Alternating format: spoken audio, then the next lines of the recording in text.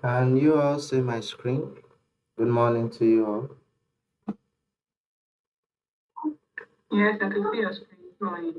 Good morning. Is it a bit clearer now, like compared to Yes, yesterday?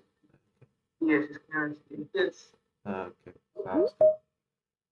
Okay, so I think we can start now. Yeah, I think we can start now. So thank you all for joining once again. I believe we have some new people that we didn't have the last time, like yesterday. So I'll try to, I'll have to recap from what we did yesterday.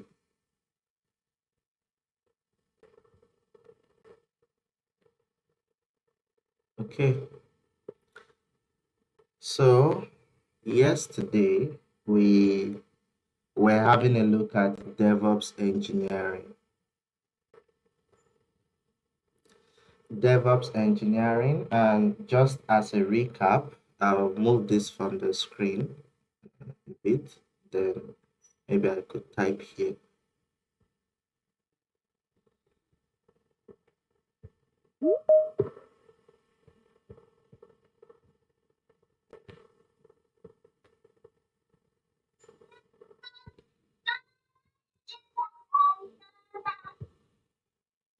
So we were talking about DevOps engineering.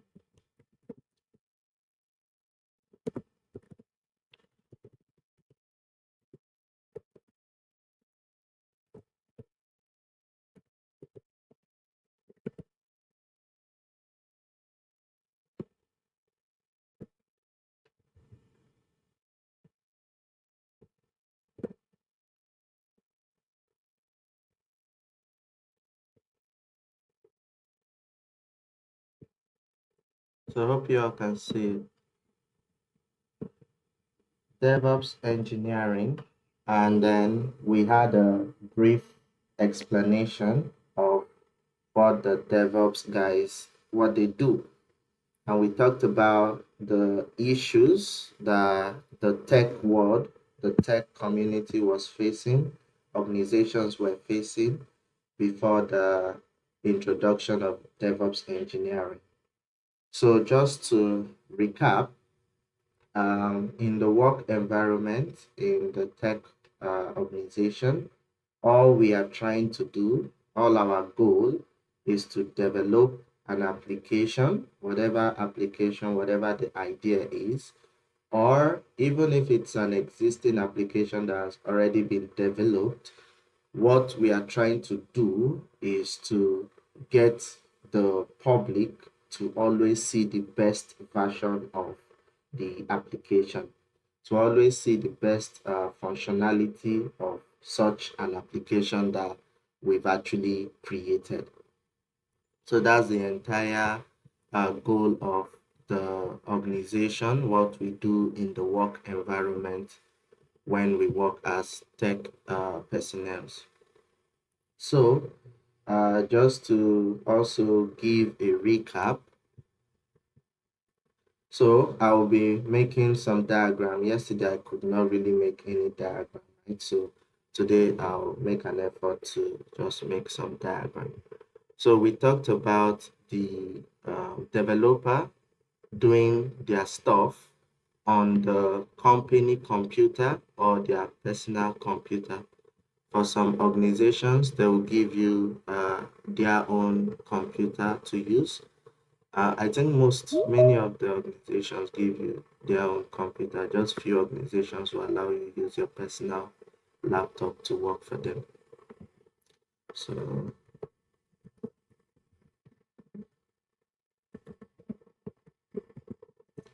so the company laptop.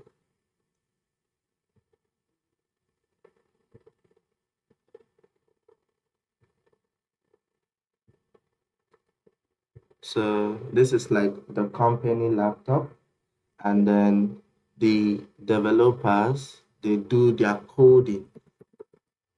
They code, they render the code, they do changes, everything, right? They do everything in here.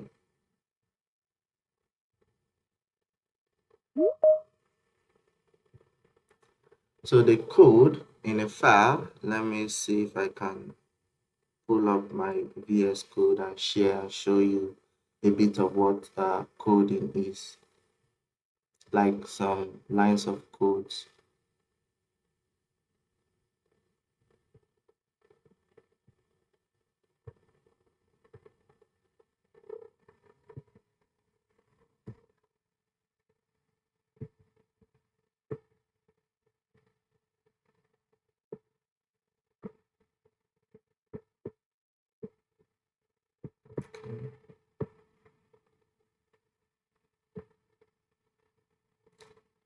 So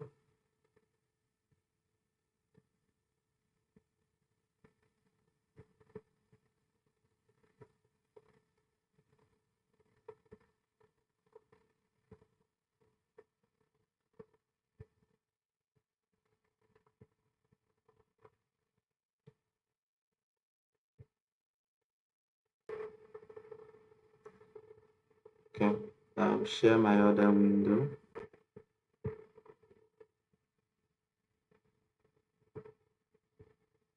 Can you all see this?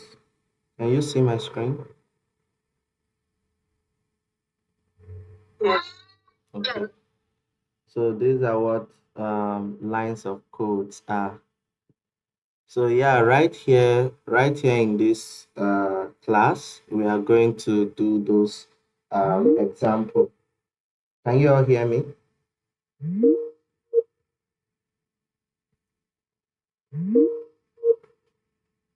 Let me know if you can hear me.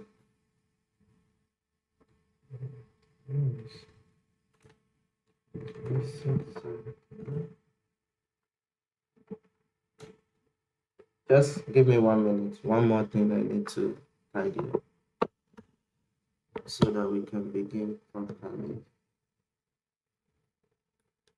Okay, awesome. Okay, can you all hear me? Yes. Okay. All right, let me reshare my screen.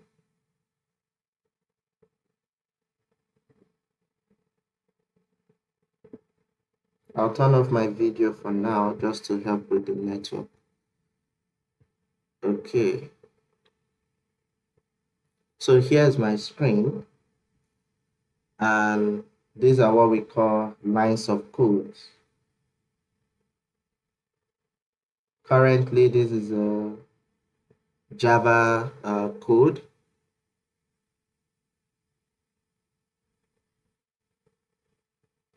So like this, right? A little bit further into the class, I'm going to do some changes on the code and then render it, and then we'll see the change. So like that, it gives us an idea of what I was explaining yesterday, that when there is any change that needs to be made, the developer will have to go back into the code, make that change, render it, see it, test it, and approve it that it is good, right?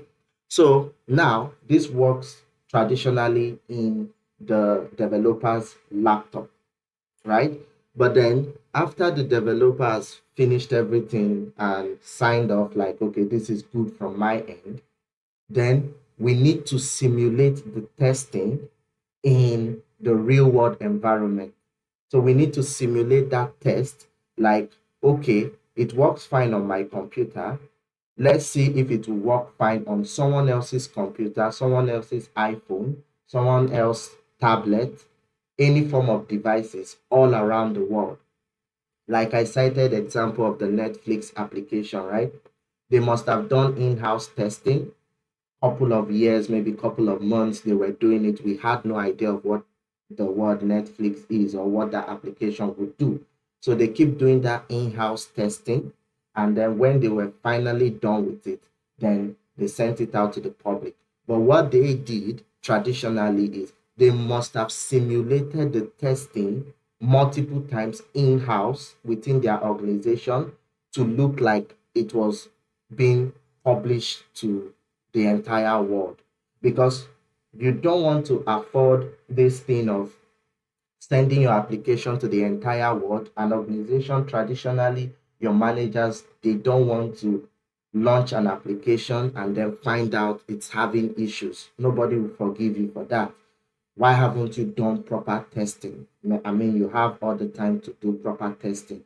And the drawback as well is when you send something out there in the public and then it has some form of limitation, another company, like big companies that have money in their reserve waiting for an opportunity to latch on, they will pick up of your entire application idea and functionality.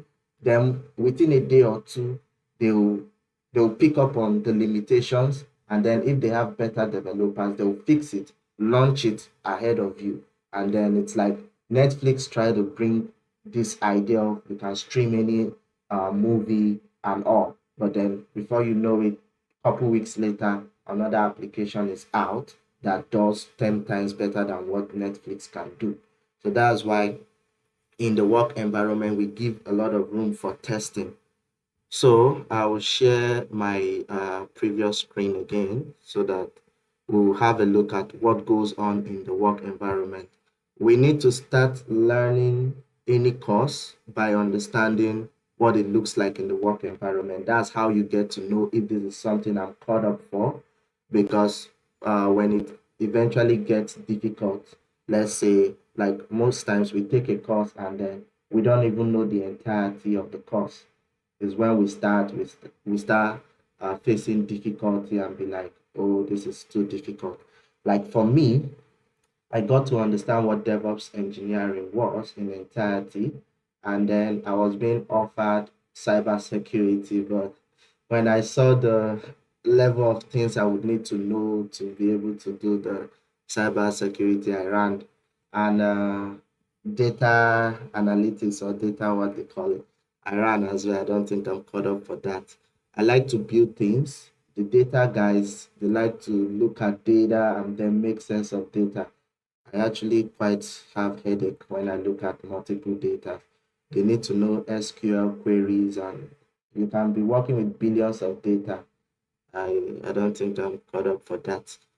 So now this is it in the developer's code. It keeps coding, keeps rendering the code, and then keeps making changes as the developer see fit. Now, all this happens within the company laptop. Now, when the developer feels like, okay, let's test this among other people, right? Let me be able to see it on someone else's computer and know that, oh, something is going on. Okay, this looks good. Because different computer, different stuffs, right? Different screen size, different dependencies, and all. So traditionally, we then buy a server. We buy a server from the cloud providers that I was explaining yesterday. So let me share my screen for us to be able to kind of browse what the servers look like.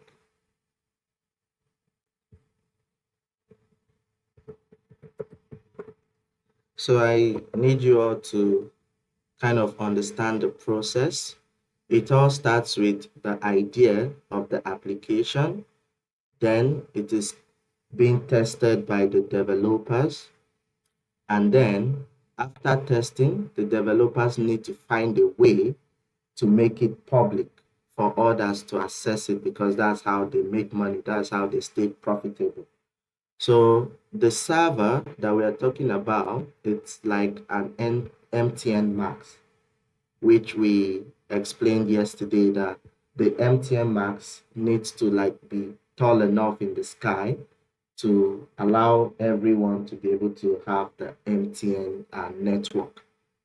So also, the application running in the developer's computer cannot be accessed by anyone, cannot be accessed by me, cannot be accessed by the next person in the room where the developer stays. You have to call me to your laptop and show me the application. So we need to find a way to kind of like a signboard, right? Paste it somewhere that Everyone can access it from wherever they are. So what gives us such functionality is what is called a server. So all tech organizations that you see, except traditional business of selling maybe selling tomatoes in the market, that you wouldn't need a server. But if you're into tech, whatever you're doing, you would need a server. So this, to give an example, to just highlight one of, yeah, this picture right here. So I hope you all can see if this is clear enough to see.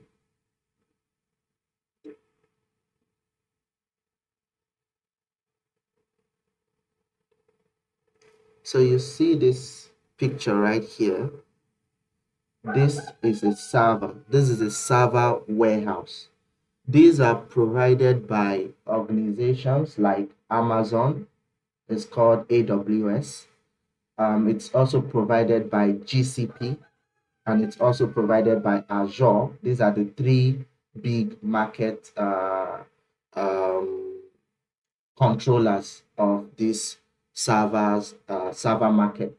So they are the big three that owns majority of the market. There are other server providers, but these are the big three: AWS, Azure, and GCP. Why you need to note this down is in your interview, you can say, I provisioned uh, servers in AWS to let them know that, okay, you know what you're saying. You can say you provision servers in GCP. You can say you provision servers in Azure, and we'll be seeing all those.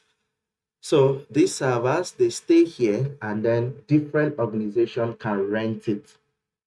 So you can rent by paying based on subscription method. So on this we call it rack. You see it like it's like a fridge, like it's like a fridge. In each rack, there are multiple servers. There could be maybe 20, on each rack, maybe 20 in each of the racks. So let me show you another example, what it looks like in close range.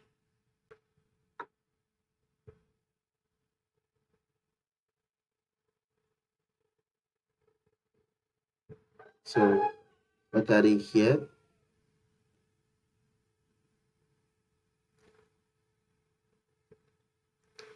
So you can see that it's a bit segmented. I think this gives us a better picture. Are you seeing it? Like this is a bit segmented. Then this, if I can count this, is like 1, 2, 3, 4, 5, 6, 7, 8, 9, 10, like 10, 11, 12. I could see there. So it's actually segmented. Now, my organization can rent out these first three, and another organization can rent out the second three, like that. So it's like they just put it out there, and then remotely you can log into AWS account if you open an account with them, and then you can rent an EC2 instance. They call their own EC2 instance. So now we need this because this is where the developer, after developing the code on their personal work computer, then they need to put it somewhere that everyone can access.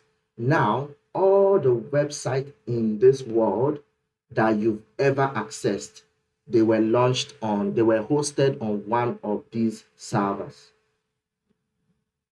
It doesn't really matter the cloud provider they used, but they hosted it on a server. So only a server like this can allow you host an application that people around the world can be able to access your application.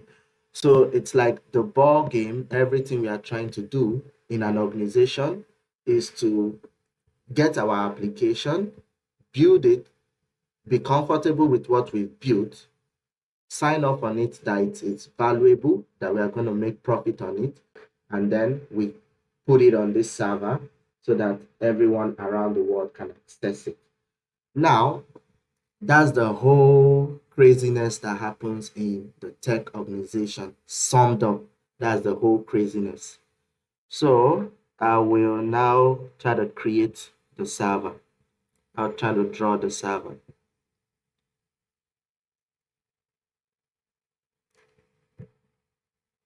So for example, this is the server.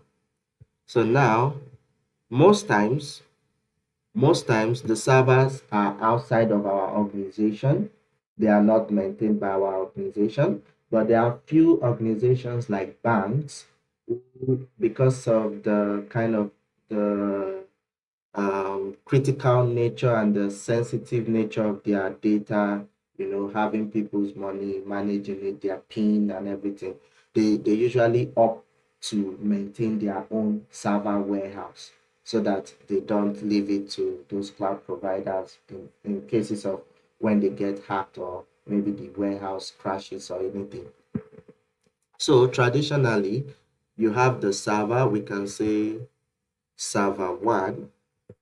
And I made mention yesterday that an organization would not buy or rent just one server. You can't rent just one server. That's a bad practice for any organization. So an organization would typically rent more than three, but we'll just say three for now. So server one, server two, and then server 3. So we are still trying to build, I'm still trying to recap on where we had the issues like 10 years ago to like 15 years ago before DevOps was introduced.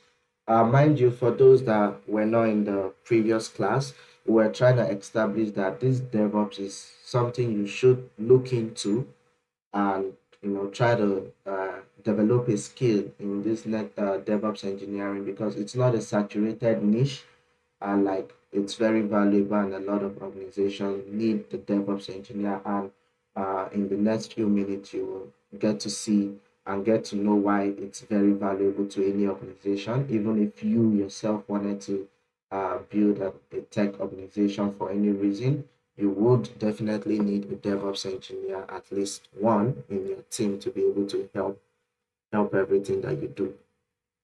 So this server one would typically be development environment.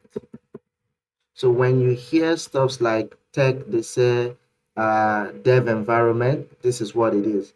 Dev environment is not a room, it's not an office, it's nothing, it's not a location, it's actually a server. So when they say dev environment, it's actually a server that we rent from cloud provider and we tag it to be our development environment. Then when we come to the server 2, it's what we call the UAT.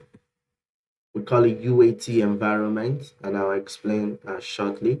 So you can come to an organization and they have five environments. That's really not a big deal. It just means that they have different servers dedicated for certain things. So the third one typically is what we call the production environment. The production environment. Now, I want to make this very rounded as much as possible so that one of the things I faced was I took a very traditional course whereby I thought what they told us was all that's like there's no changes, right? I thought A would be A and I thought B would always be B. I thought black would always be black. It's not like that. Don't learn this thing in a rigid way. I want to cite a flexible example as much as possible.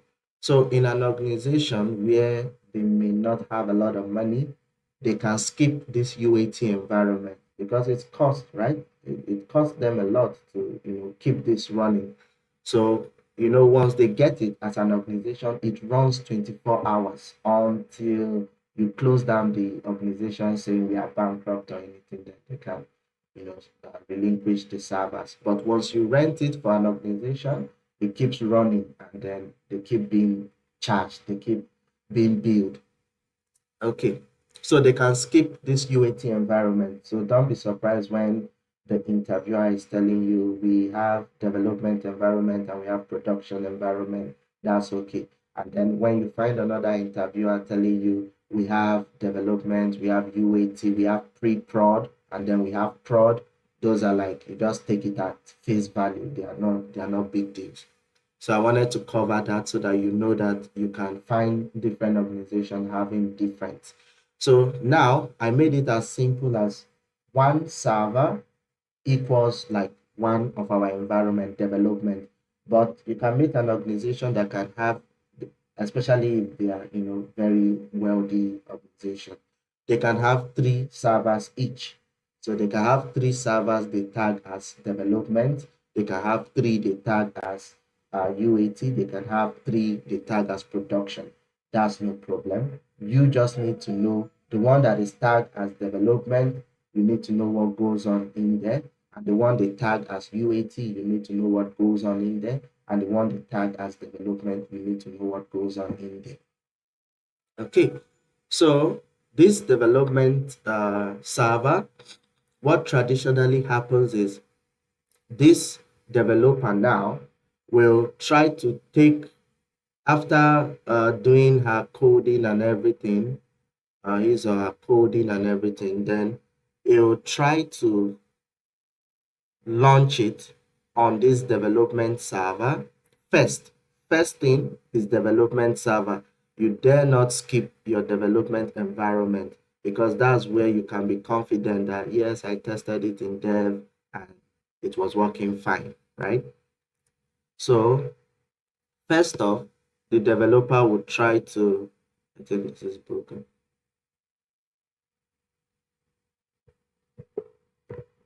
So let me use this.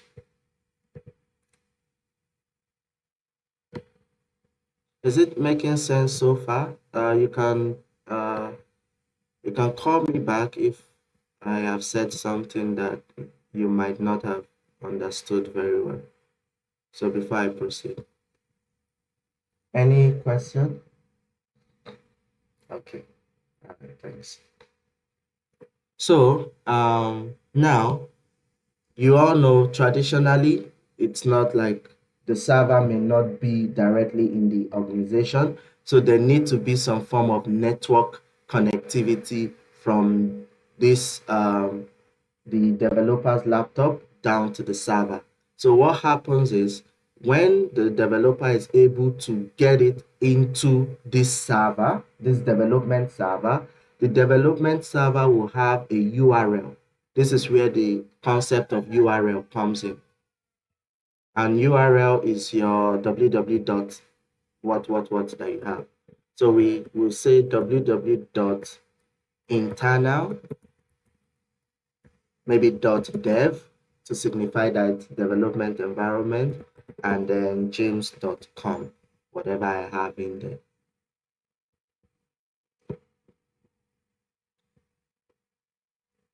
So please, some of you can go ahead and record the class so that you can look at it in your spare time.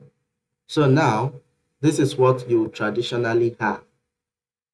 So I need you to, if you understand the flow perfectly, it's like knowing how to drive, right? If you know how to drive, uh, you most likely know how to drive any type of car that you are given. Just few things you would need to just adjust depending on the model of the car. So this is what happens traditionally. When you launch your application into the server, you would have to have a URL for it, whereby you can be able to access it.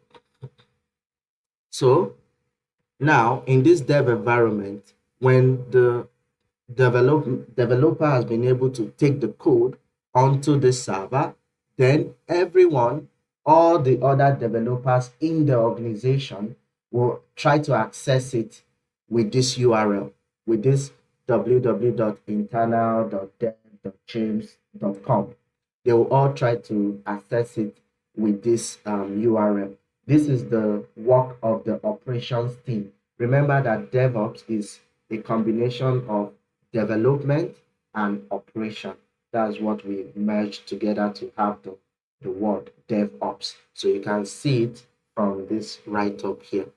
So you see that the D is capitalized and then the O is capitalized to give you that visual distinction that these are two words merged together, development and operation. So operations team, they prepare the server.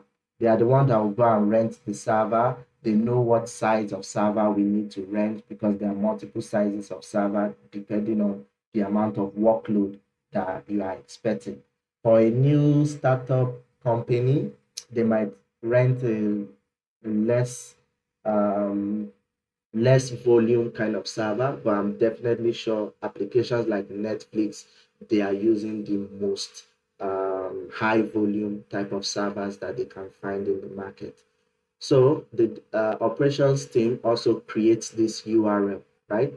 So once they are able to, the developer is able to get the code onto the server, then he or she and all other developers in the environment in the organization, they will now access this development server URL. They will now access it and see how the application looks like on multiple devices.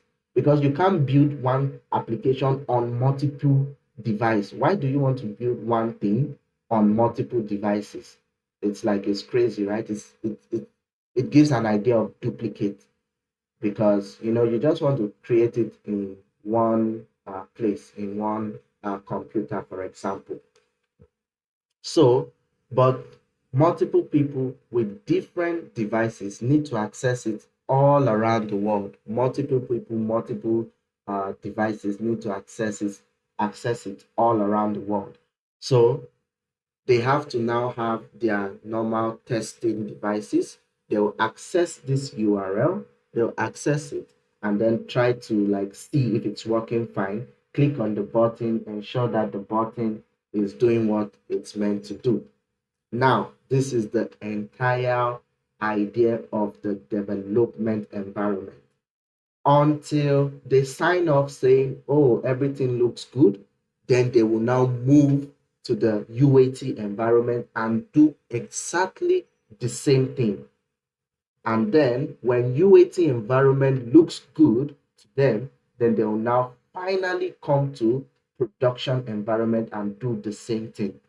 When they are going into production environment is what we call the go live.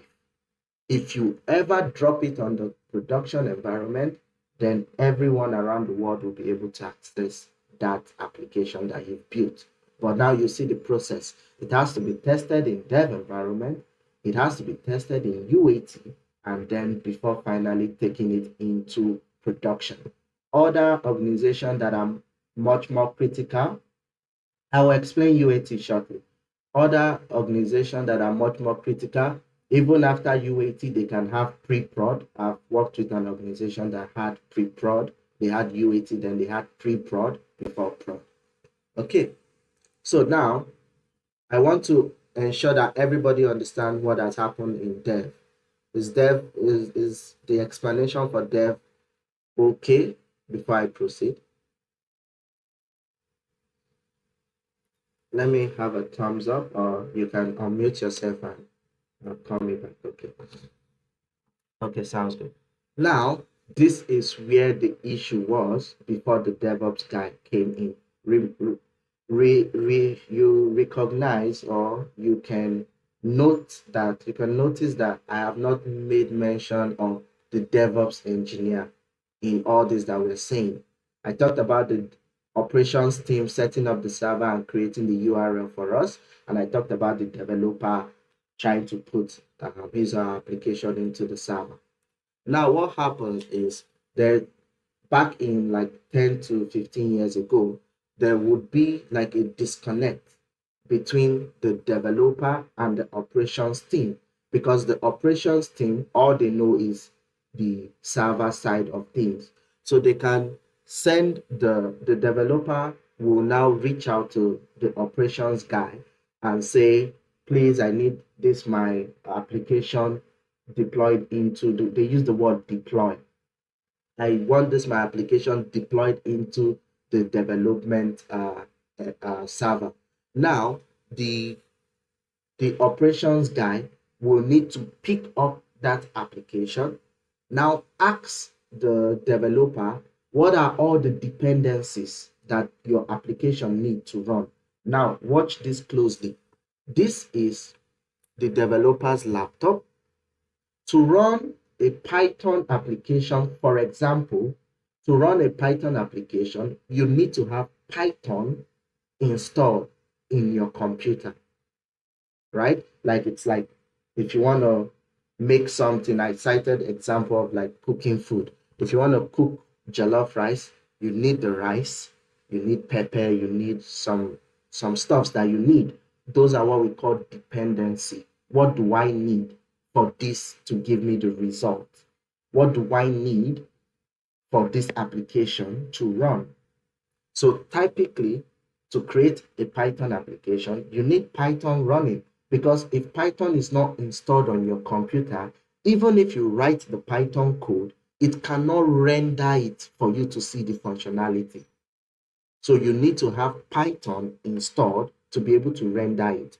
So now remember that this is the developer's computer, and then this is a server that we rented from the AWS cloud.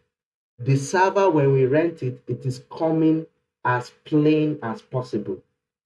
AWS doesn't know what we want to use it for, so they are not going to pre-install anything like the Python for us. They're not going to pre-install it. So the operations team need to now themselves install this Python, install whatever they need to install on it. And then traditionally it takes time for them to actually do this.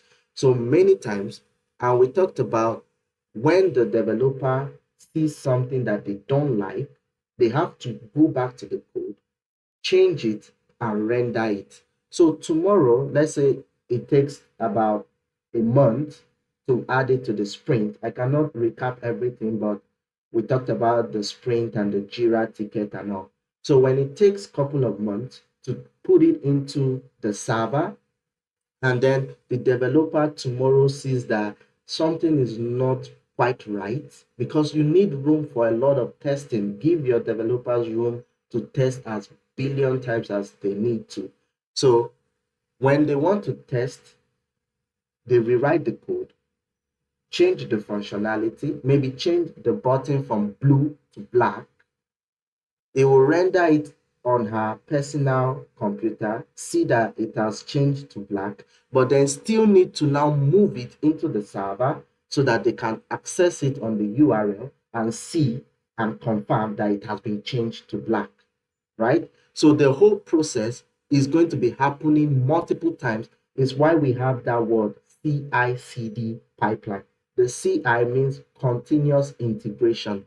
The continuous integration is how you are continuously testing and changing your code to perfection, and you are needing to send it to that server for you to be able to access it on that URL.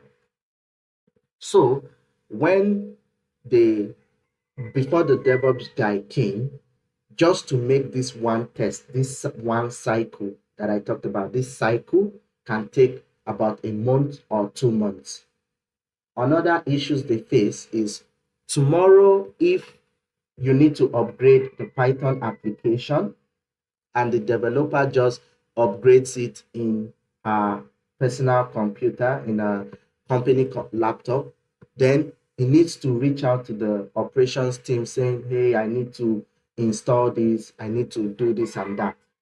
Another issues they started facing was the Python application we are going to launch or develop is not the only application we might be developing as an organization. We might need to develop another type of application. See what happens now. Maybe another type of Python application. So this first developer developed his or her Python application using Python version maybe 1.1, right? Version 1.1. Now, another set of developers are building another application and they are using Python, and then they need Python version 5 or something. Just to cite an example, Python version 5. Now, What happens is if those new developers, if they try to send it to the operations team, then there's a dependency uh, mismatch, right? Now, Python version 1 is already running on the server. Python version 5 is what the new application needs. You cannot run two different versions of a dependency on the same server. So you quickly see a lot of headache and back and forth that goes on. And each back and forth takes about 2 weeks because you have to add it into your sprint. So it's not like anybody is standing over your shoulder to try to like make you do it there and then. You are not even advised to do anything in hurry in the work environment because if you break anything, you have to answer for it. So you always want to review, take your time, have multiple meetings as much as possible, have someone else review what you've done as much as possible before you sign off on it. So now the operations team, they get confused. It becomes like a big code red in the organization saying, what do we do? What do we do? If we install, if they now decide to install the Python version 5, then they need to check with this first developer saying, can your application run fine with Python version 5? Because you built it with Python version 1, and now we need to upgrade this Python on the server so that someone else can deploy their application into dev environment. Remember, on the developer's computer, it's running Python version 1. The new developers on their own computer, they are running Python version 5, so no problem. But now they want to put both applications on the same location, on the same server, and you cannot have two different versions of the same dependency running on the same server. So now the operations team need to go back to this first guy and say, please test your code with Python version 5 and see if it breaks. Because when Python upgrades from version 1 to version 5, there might be certain things they will deprecate. We call it deprecate in the tech world. Deprecate means, oh, we are no longer using, maybe there is a syntax. Maybe there's a syntax that they were using in version 1. In version 5, they've upgraded it. Maybe they've made it more simple. They may no longer use that syntax. If you dare upgrade the server to version 5, automatically the first developer's code is going to break. And then you see code red in the organization. Everybody's running up and down, helter skelter, what's going on. So yeah, and the management is on everybody's neck. So the operations team now have to go back to this guy, and then this guy will really take his or her time. Now try to install the Python version 5, and if it's actually breaking on his own computer, he's going to do the test, try to relearn what is the difference from the version 1 to version 5 of Python. How do they change their code to match version 5? You see all the craziness that goes on. Then they now will start the testing process all over again. Let's say they needed to test about 20 times. They need to start that whole testing process all over again. So that was the whole craziness that was happening 10 years, 15 years ago when the DevOps guy was not in the picture. So, welcome to the DevOps guy coming into the organization, or the DevOps engineering as a concept coming into technology. Okay, so before that, let me explain the UAT and the prod environment so that we get the picture how it was traditionally. So the UAT environment, UAT is called testing environment. It's called quality assurance test or quality assessment test, something like that. UAT. Forgotten what the U actually is, but the A and the T is assessment test, something like that. Um, so the UAT environment is usually a simulation of the production environment. Development environment may have a lot of stuff because they are always testing, the developers, they own this, they're always testing. But UAT looks close to production. So what they do in the UAT, they do the testing. Now, the development environment, they test it in-house, and all they can really do is to test functionality because it's in-house, right? They can only test functionality. But the UAT environment is going to test something like proximity. It's going to test something like region, right? It's going to test those stuff.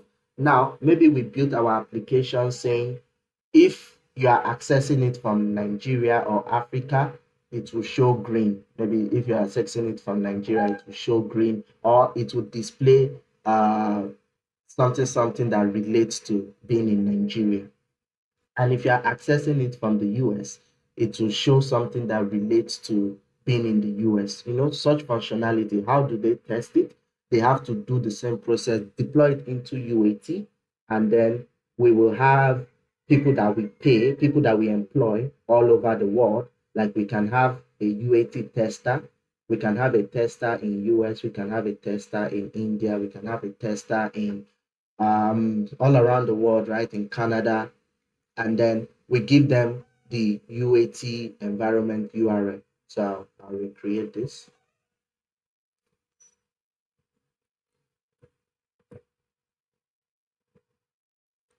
So it can be, this one can now be internal.uat.james.com. So now we will now have people all around the world to test it. They will now access this one now. This one is going to be like public, but not to the general public because we are not going to advertise this particular URL. We are going to send it only to our testers. So they are going to do the testing of proximity. How long did it take for our application to load on the web where you try to access it? What's the difference between how long it took for the US region to access it and the India region to access it and the Russia region to access it, right? We'll get all those metrics to see if we need to go back to the code and redevelop and adjust or advance some certain things. Also, some test that goes on in the UAT.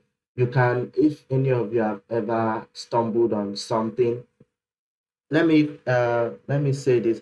The meeting is having a limit of 1 hour. So please, if it does get exhausted on us, the class is 2 hours, right? So if it get exhausted on us, please just give about 2 minutes, re-click on the same meeting link, you will be able to join back. I'll restart it again. All right. Okay, so let's proceed. So another testing that they do is for someone like me, I've experienced this a lot. There are certain application you want to access, and it says this application or a particular functionality on that application is not available to Nigerians. It's not available to a certain region. How do they test that to ensure it works? Is the UAT environment. So they will have a tester in Nigeria that they will say, okay, access this UAT URL and then try to create an account. You can access it quite all right, but maybe try to create an account. And then the person needs to give a feedback that, oh, I could not create an account. It says my region is not allowed. Or he can give a report saying, I was able to create the account successfully. Then we know that something is wrong. We know that our application is not working to the extent that we want. Such network or region restriction is done by the operations team. All right, so you see how the development team needs to work with the operations team in the environment. So then the production is when we've signed off on everything. Everything looks good. Then we can now take our application to production. Even management would have signed off on it. So before management signs off on it for us to take it to production, you would have shown management that it was tested in development environment and it was successful. It was tested in UAT. You give the testing report and everything. Then when they sign it off, then we prepare for a day. Okay. Yeah, thanks for joining back. Yeah, let's just wait a little so that others will join back.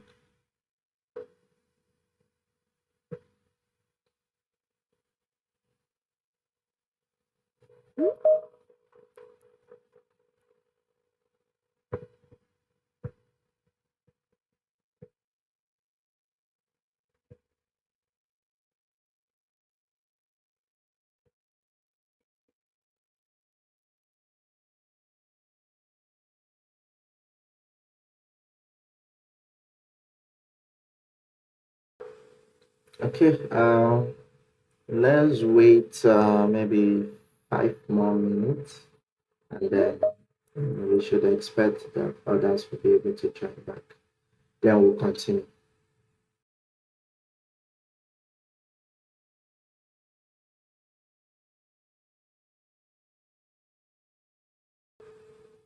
Can you hear me now? Yeah, I think we have few more people that should join. So let's just wait 5 more minutes or so. Can you all hear me now? Yeah, for the production environment, then the URL is what you typically have. We will now remove the internal and the UAT, and that's where you get the www.james.com. That's usually the production environment URL. So the google.com, the netflix.com, those stuff, those are production URL. If you work at Netflix, you definitely see something like www.internal or whatever they name it. Those are like for the in-house testing. But the .com is actually the one that they use as the production URL. Okay, so I believe we all understand what goes on, how the craziness that happens here before they move it to the UAT. But then we expect a lot of craziness and back and forth in the development environment, and then it needs to reduce a little in the UAT environment. If you are still having a back and forth in the UAT environment, then something is really wrong, right? Something is really wrong because you've done all your back and forth testing in the development environment, and then UAT should understand you were the one that worked on development environment, so it's a no-brainer that you know what are all the craziness, what are all the patching, what are all the dependencies that you needed to add to the application. So now similarly you just go to UAT and add those dependencies into UAT, and then you should be able to deploy the code into UAT and then into production. I'll give just 1 to 2 minutes for any question because now at the end of this, I will now jump into the DevOps before I now jump into the Kafka. So with this whole explaining of what the work environment looks like, please let me know if you have any question.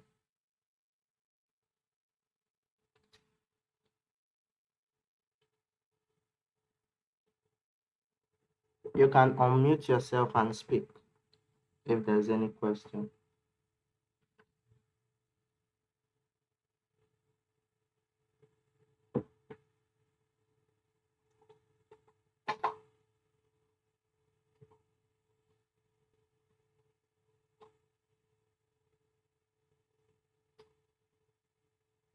The different environments that you mentioned, that's the dev, the UAT, and the production environment. Is it like at each stage in the company, they have a different login detail where you go to this one? Maybe if it's time to move, you now go to the next one. Like, are they separated, or is it on the same platform, but you can move from one stage to another? Yeah, so it's dynamic for different organizations. There are certain organizations that can try to make everything uniform, the same password across the environment. like maybe if it's connecting to database, the same passwords and all.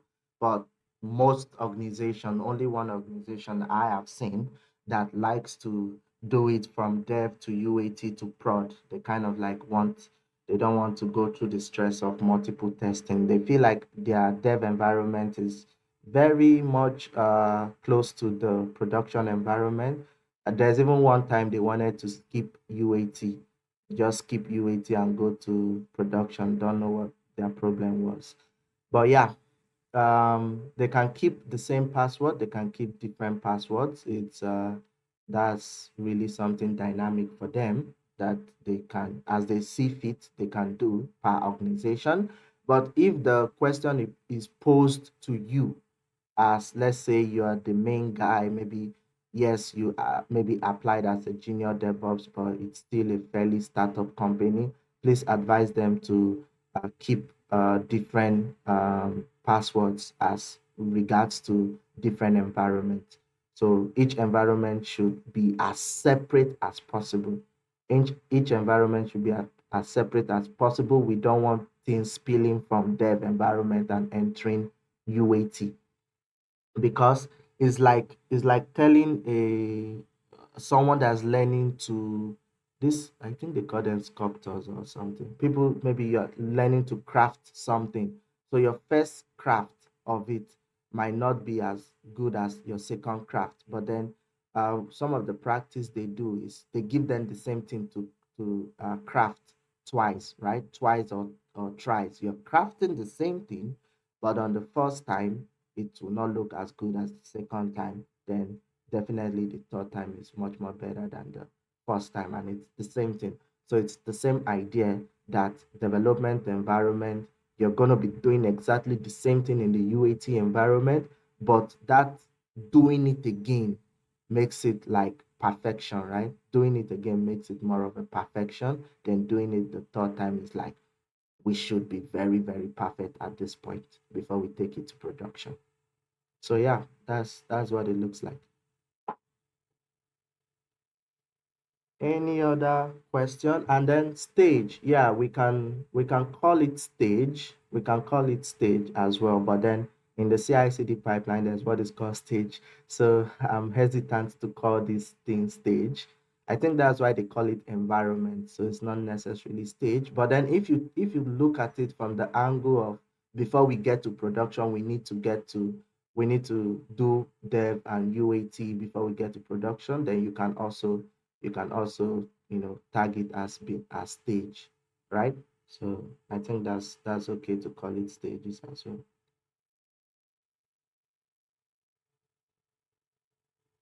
Okay, any other question thumbs up, then I can proceed. Okay, so now let's start with the DevOps guy. And please, we extensively talked about the DevOps engineering yesterday's class. So I will need to just brush up on it because we have Kafka for today's class to talk about Kafka. DevOps and Kafka are two different roles. I just wanted to put those two out there so that based on understanding of the two, many of you can choose which one you feel comfortable to want to pursue the full course directly. Okay, so the DevOps engineer um, coming into the organization is to save this back and forth between the developer and the operations team. So what the DevOps guy does is he comes with what is called CI/CD pipeline. He comes with what is called CI/CD pipeline.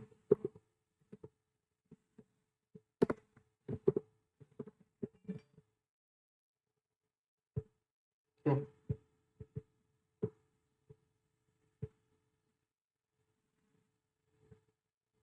CI/CD pipeline. Now, what is this CI/CD pipeline? It's called continuous integration and continuous deployment. So, continuous deployment, continuous integration, the whole idea is creating a pipe, call it like a pipe.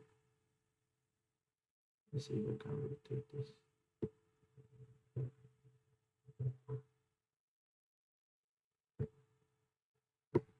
So the entire job of the DevOps engineer is to create a pipe from the developer's computer down to the server so that there's no need for that back and forth communication. So what it does is now creating this pipe. The pipe is, everything is code, everything is tools in the organization. So this is a tool. He will use this tool. The DevOps engineer, what you'll be learning is how to configure this tool, how to build this pipeline. So he will configure this tool to be intelligent enough to pick the code from the developer's computer. That's one, intelligent enough to pick the code. If the developer says, I need to build it, I need to do one or two dependent, it will understand all that the developer needs, picks it up, do some other testing, and prepare the server, the development server. It will prepare the development server and then deploy it into the development server. Now, the crazy part of this is that you would think this would take like a week or so. No. Once the DevOps engineer is able to create the pipeline, this pipeline can run some organization. If your pipeline takes about 1 to 2 minutes to run, it might be an issue for you as a DevOps engineer. They will tell you, what can we do to make the pipeline run much faster? So if I'm with you and you run a pipeline and it's taking about 3 minutes to complete, to run successfully, I will start thinking there's a problem somewhere. Uh, I haven't really seen a pipeline that I've built that are taking more than 1 minute to run. So you don't want your pipeline to take too long to run.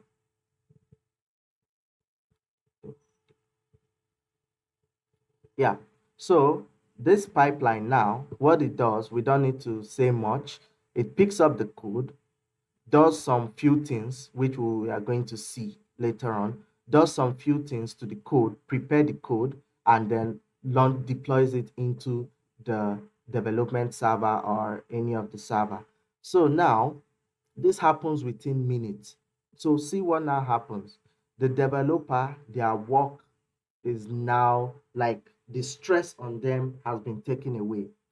If they want to change the button, for example, to black, what the developer does is work on the code, render it on the work laptop, see that it has changed from blue to black, and then the developer will now push the code into somewhere.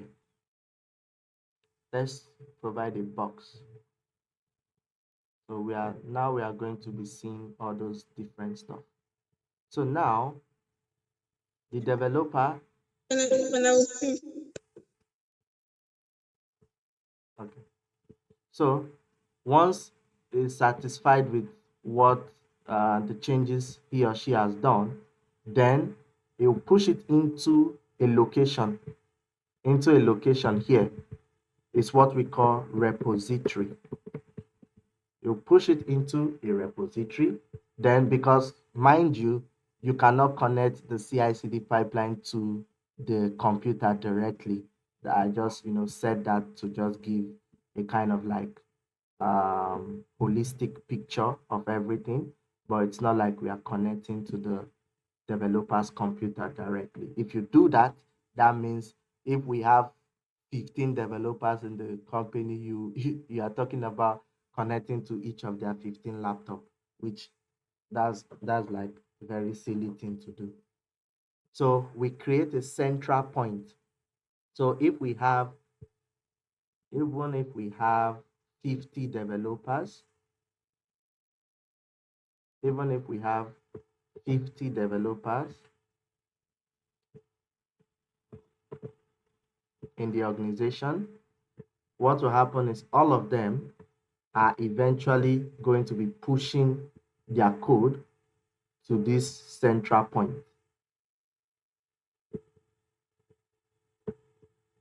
All of them are going to be pushing it to this central point.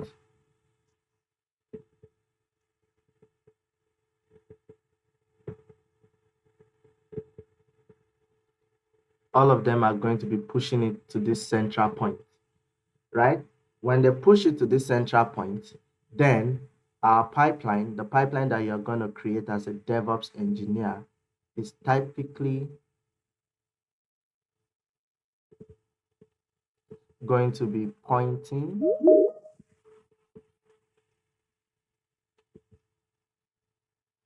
to this repository. So this is what it's going to look like. Your pipeline is going to be pointing to this repository and monitoring this repository. Give me 1 minute to admit people. Someone, I think someone is in the lobby.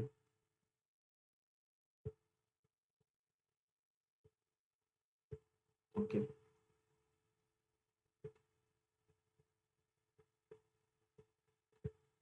All right. So this, your CI/CD pipeline, is going to be watching this repository. You can build it intelligently enough to say that any push that comes onto this repository, then let it trigger this pipeline to build the application and deploy it into the development server. Now, where the work of the DevOps engineer is that there are different type of things that comes around with building that application and putting it into the server.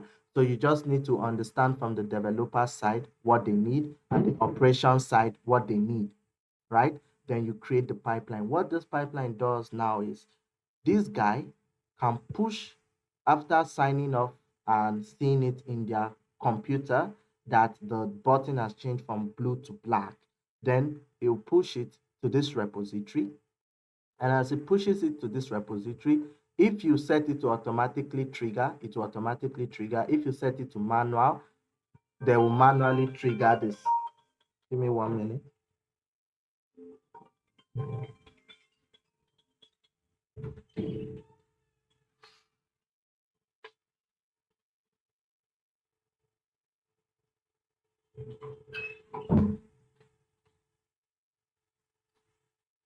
So if you manually trigger it, if you set it to manual trigger, so these are like giving you all the options. You are the DevOps engineer, you choose whatever you feel best.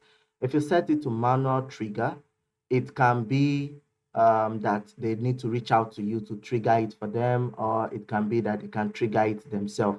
In most cases, you want them to be able to trigger it themselves because if you need to be the one to always trigger the pipeline, then you can have multiple people reaching out to you, and then someone can tell their manager, hey, I have done all I need to do. I'm waiting for example, Precious. I'm waiting for Precious to trigger my pipeline. You never want anybody to be waiting for you in an organization. That's bad because everybody is trying to save their own self, right? Yeah, everybody's trying to look good in front of management.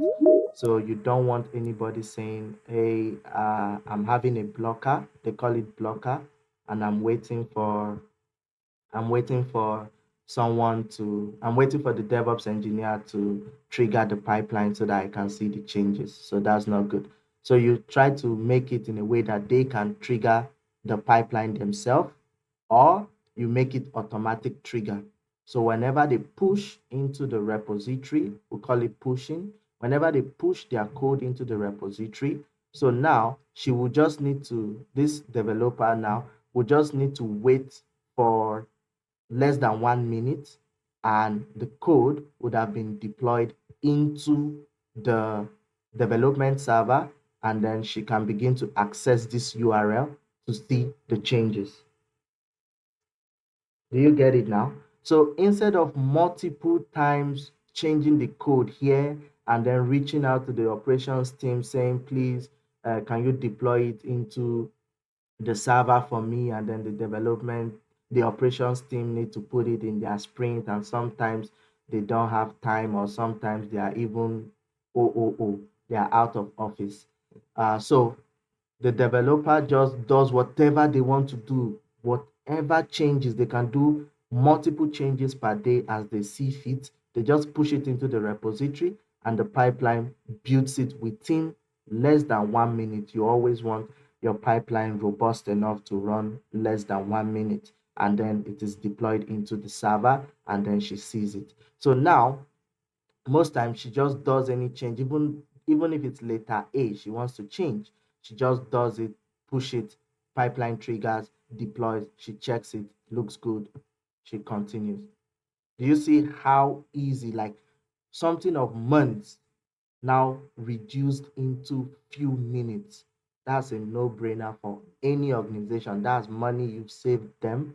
That's like DevOps is it's something I've all organization actually need a DevOps engineer. Do your research.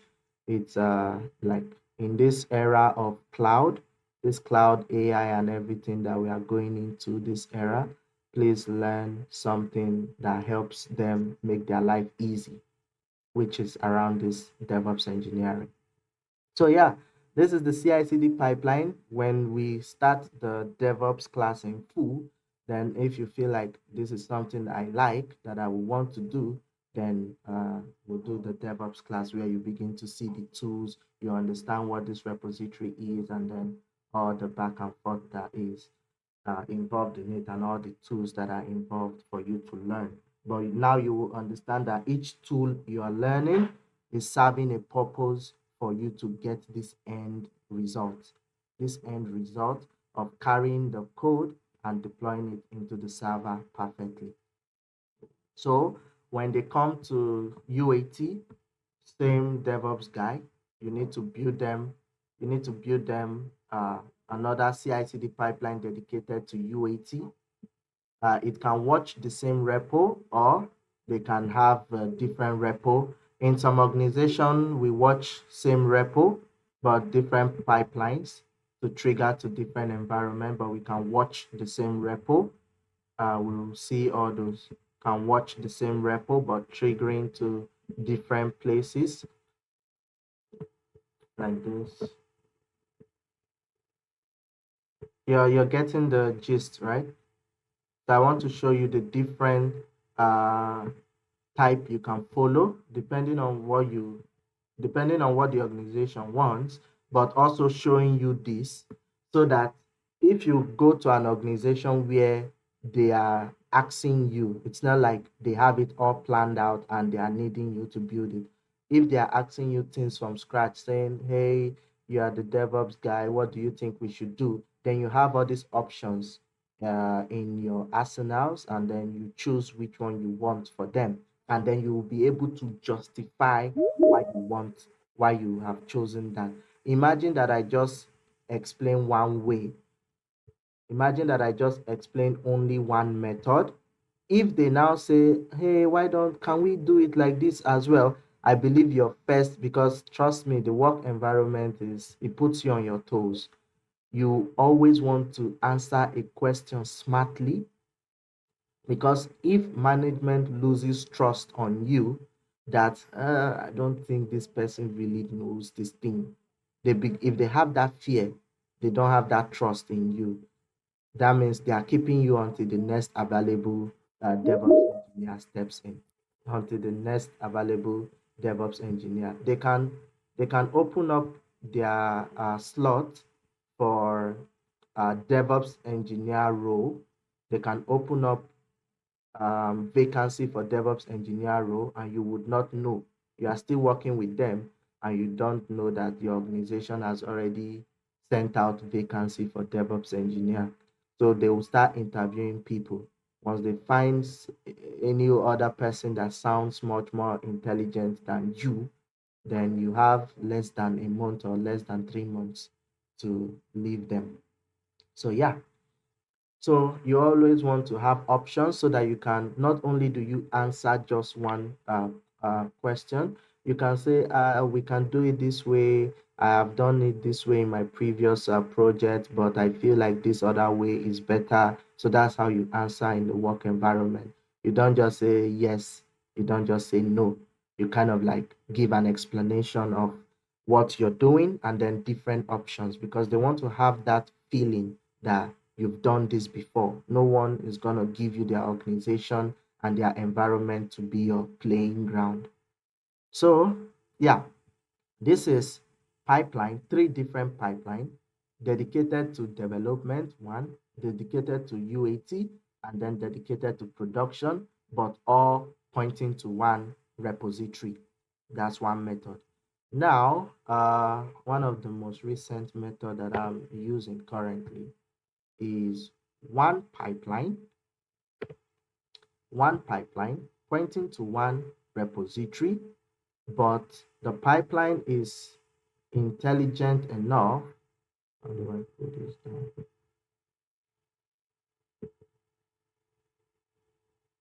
So one pipeline, one repository, but intelligent enough to to route the deployment, just at the verge of sending it. It can route it to any of the environment based on certain parameters or certain criteria. So same pipeline can deploy into dev. Same pipeline can be used to deploy into production. Trying to move this.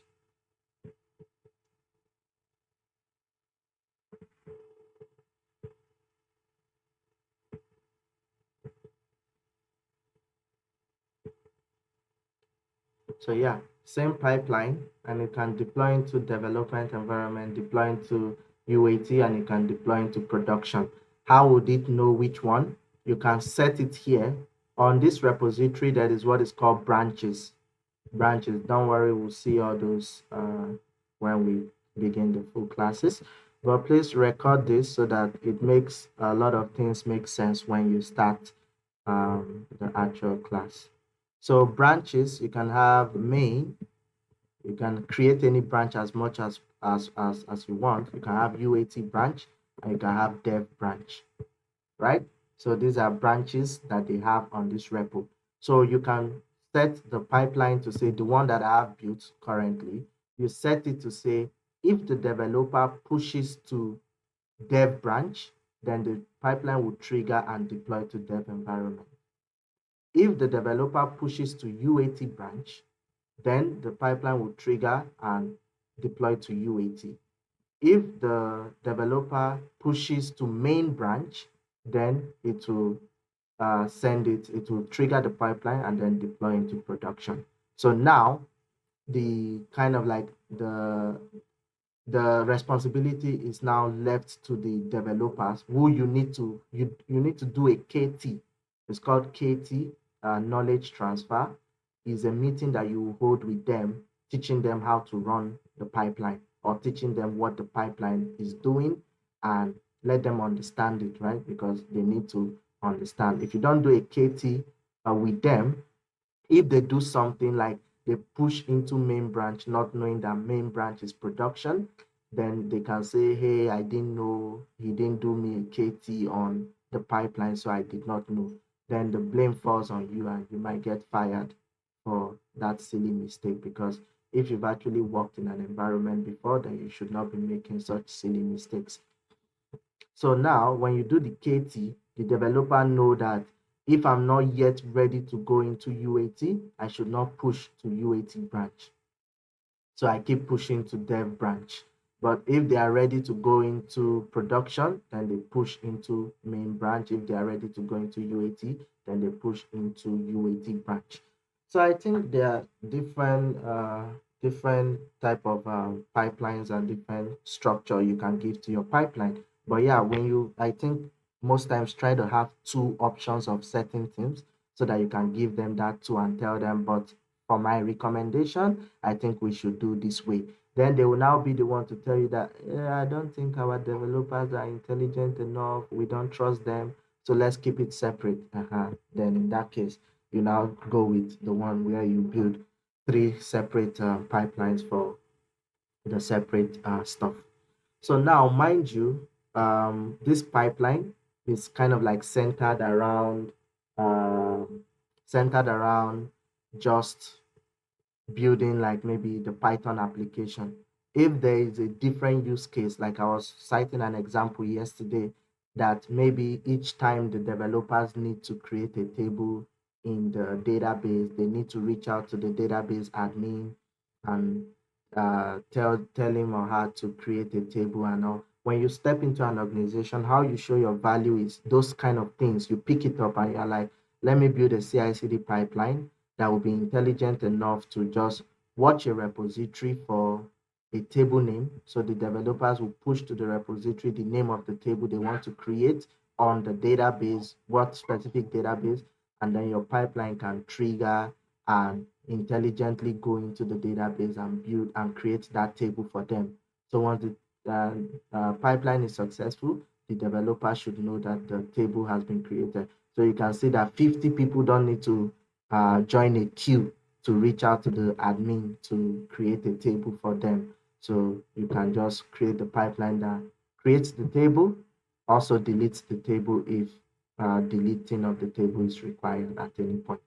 So yeah, this is the entire job of a DevOps engineer: automate processes in the organization and cut time and cut cost. You don't cut time, you don't cut cost, then there's no point keeping you.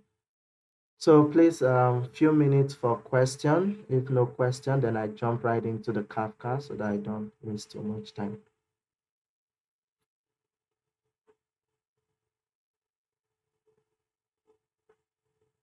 Any question?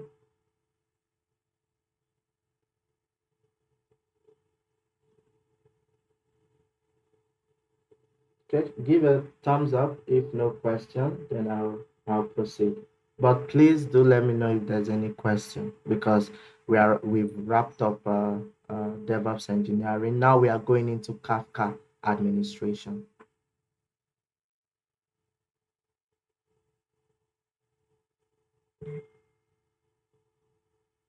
Okay, good morning, everyone. Yeah, good morning. Okay, I don't really have much questions on DevOps engineering, being that I've been around soft. I've had little of it, but I'm so much eager to hear of that Kafka. I would say it's my first time, so I wouldn't mind if we dive into it. I'm just hearing about it, and I'm curious to know what it is all about. Okay, I guess that's same for everyone, right? So let's not waste time. Let's go into Kafka administration.